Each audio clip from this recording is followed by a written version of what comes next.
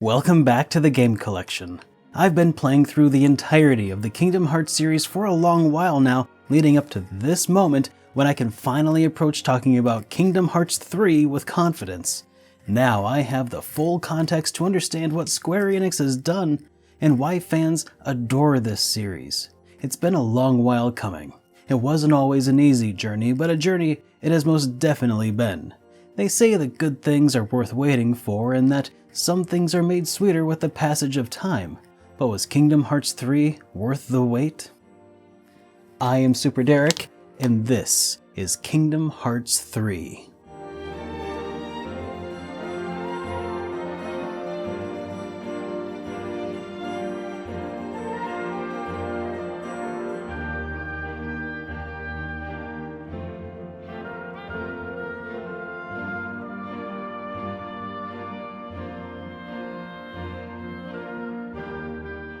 Before we really get started, I think it's important that I divulge some of the lessons that I've learned about Kingdom Hearts in my time with the series. For a long while, I thought it was my cynicism getting in the way of accepting simple, fanciful concepts, and to a degree that may have been true. But I can and have suspended my disbelief for over 80 RPGs on a daily basis for over 5 years now. The trick, though, is that in the world of Kingdom Hearts, hyperbole is actual. Turns of a phrase might be metaphor, but there's also a good chance of them being literal.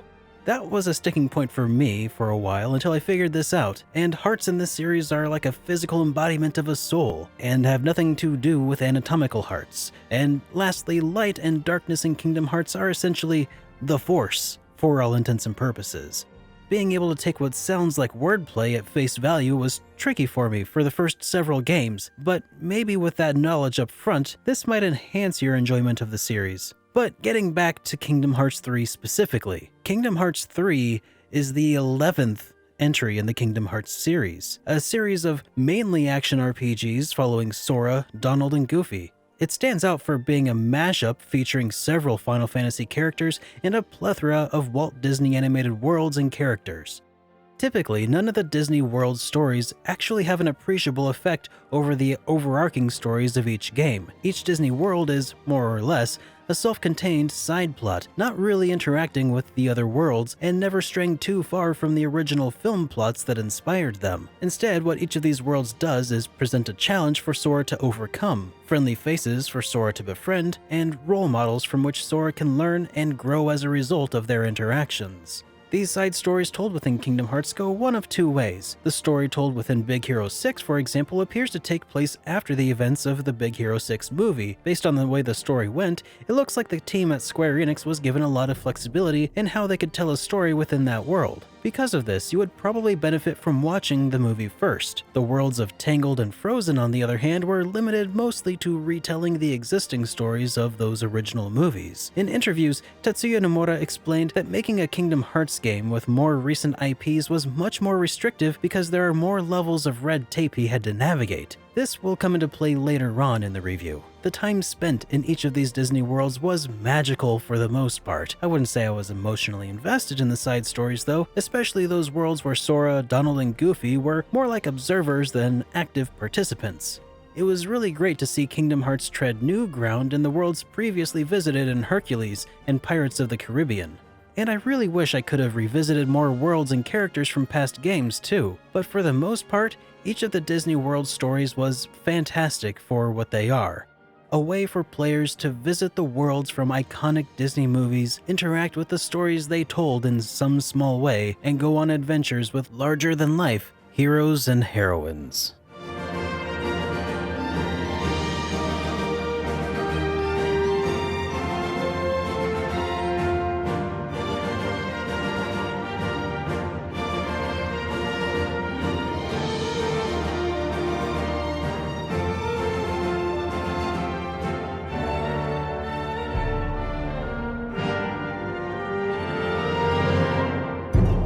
Kingdom Hearts 3 did leave me hanging though, in regards to the whole Final Fantasy aspect of the series. Kingdom Hearts was originally conceived with the idea of a meeting of the multiverses. Kingdom Hearts 3, in its current form, features very subtle references to Final Fantasy titles, but nothing more than that. What happened to Aerith, Leon, and Cloud? How's Cid doing in Radiant Garden?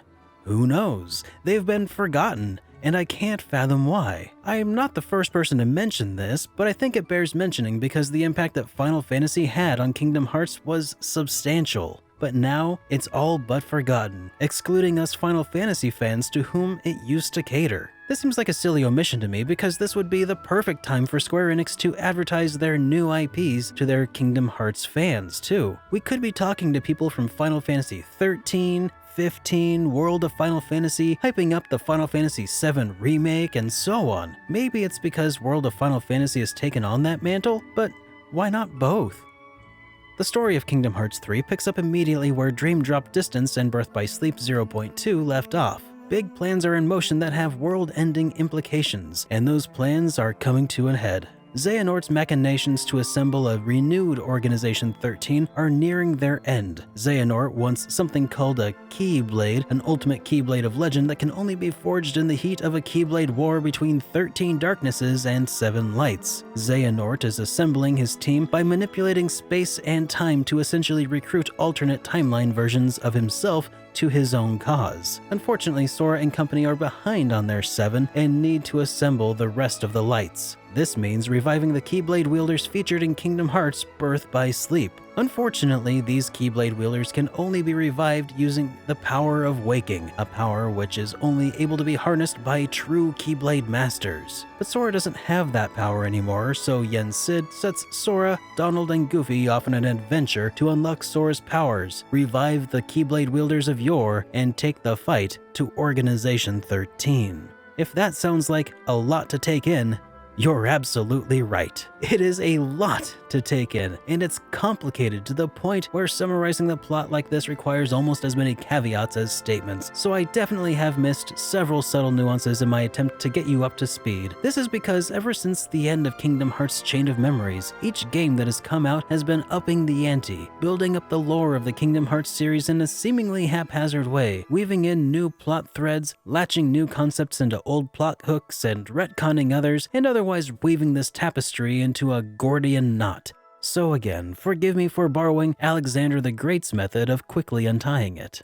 In stark contrast to the lack of Final Fantasy references, Kingdom Hearts 3 endlessly references the preceding Kingdom Hearts titles. On the one hand, this is a little gratifying, having put countless hours into the Kingdom Hearts series over the last several months. On the other hand, a lot of these references felt really forced and out of place, and in some cases downright contradictory with what we have previously known about who can possibly remember what. I suspect that this has and will cause massive amounts of confusion for new players who haven't experienced the other games in the series. In all fairness, Kingdom Hearts 3 has been given the monumental undertaking of attempting to tie up all of the loose ends from every preceding Kingdom Hearts game.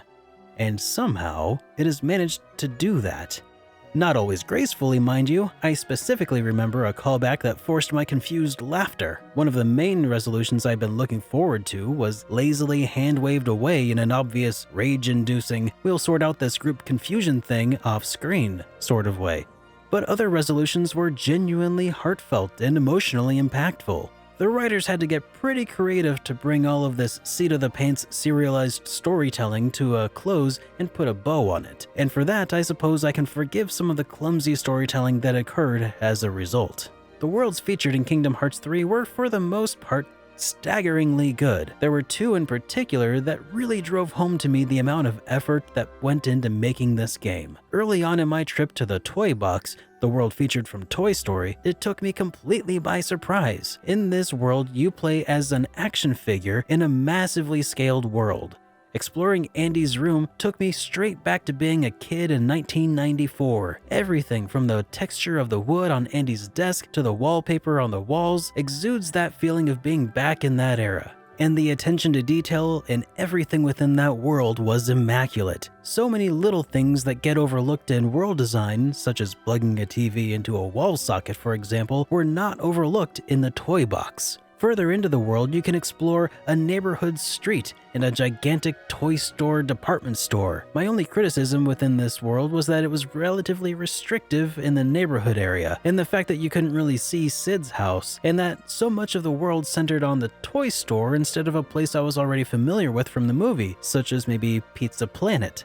Another standout world was that of the Caribbean, which doesn't seem like a whole lot at first until it opens up to reveal that the world is an expansive archipelago that you are given free rein to sail around in to the tiny islands that are scattered about the seascape. And this sea has scores of encounters of enemy ships to stumble into, deserted islands to explore, and secret treasures to find. Port Royal, the major town within the Caribbean, is also a highly detailed environment that has the same level of polish I was hoping to see based on my time with Birth by Sleep 0.2, A Fragmentary Passage.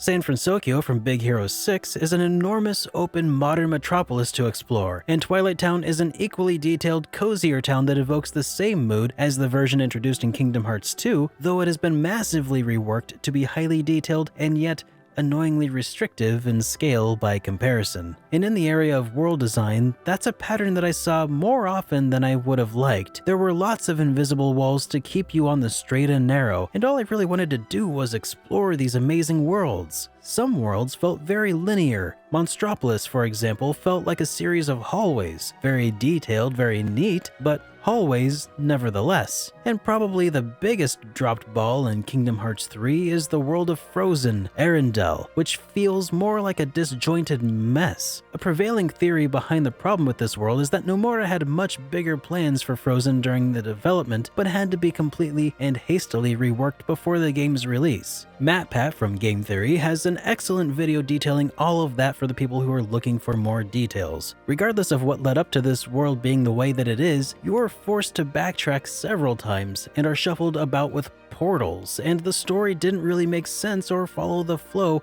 of a typical Kingdom Hearts Disney World side story.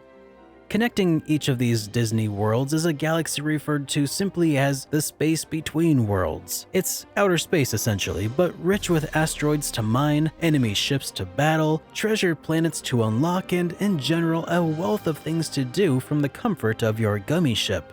I can't properly convey exactly how varied and detailed and gorgeous each of these worlds within Kingdom Hearts are. Sometimes you've just got to let the game speak for itself.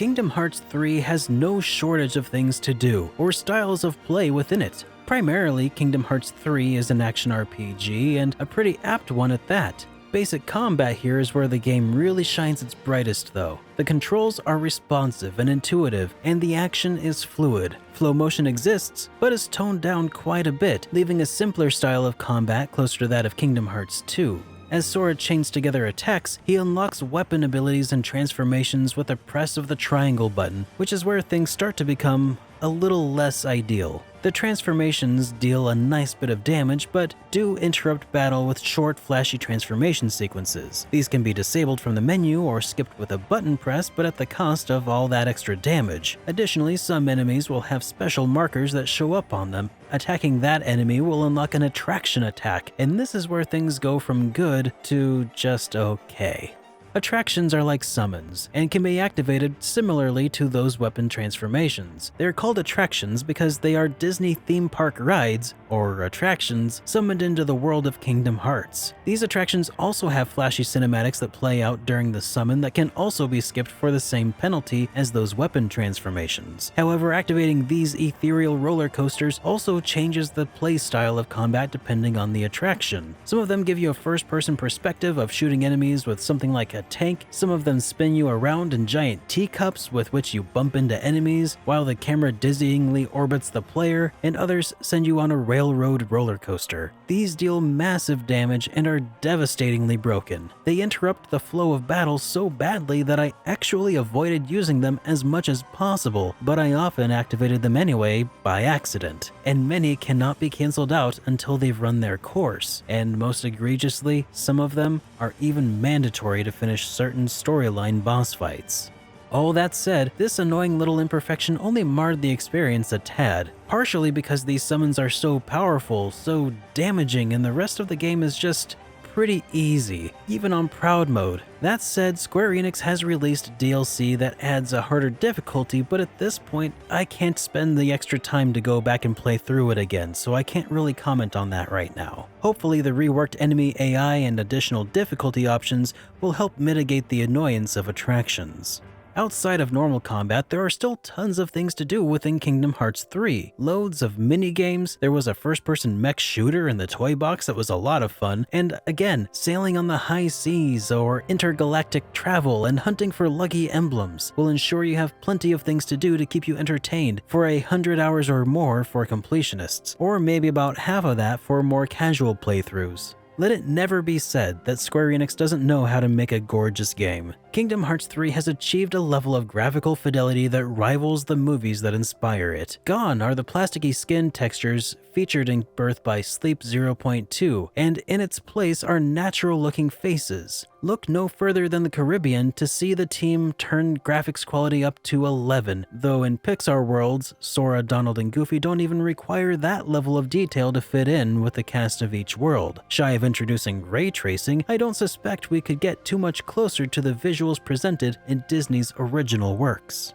And finally, the music of Kingdom Hearts 3 is another step forward. Now unrestricted by hardware limitations, the scores that made up the worlds of Kingdom Hearts 3 are also in their best form. Dearly beloved, the series' theme song has been making strides forward with each release, and this rendition just feels like the pinnacle of Kingdom Hearts compositions to this point. It reflects the culmination of the Kingdom Hearts series, the building upon each prior release, each new iteration, experiment, leading up to this moment, this game, this song.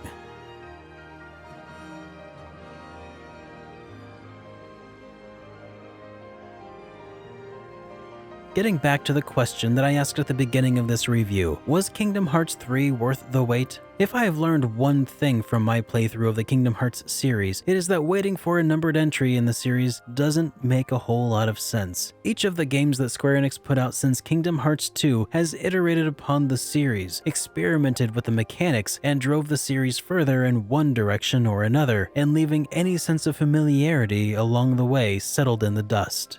Instead of answering the question so simply, let me say this. If you've been waiting for Kingdom Hearts 3 since Kingdom Hearts 2, you've been waiting for far longer than you've needed to.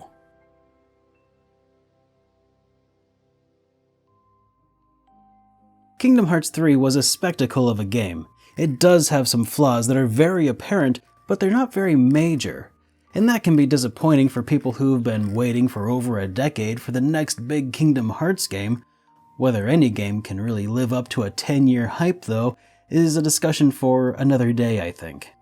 History will be kind to this game, though, and despite its flaws, I can say with confidence that Kingdom Hearts 3 has earned itself a spot in the game collection. And now, if you don't mind, I'm gonna go play something completely different.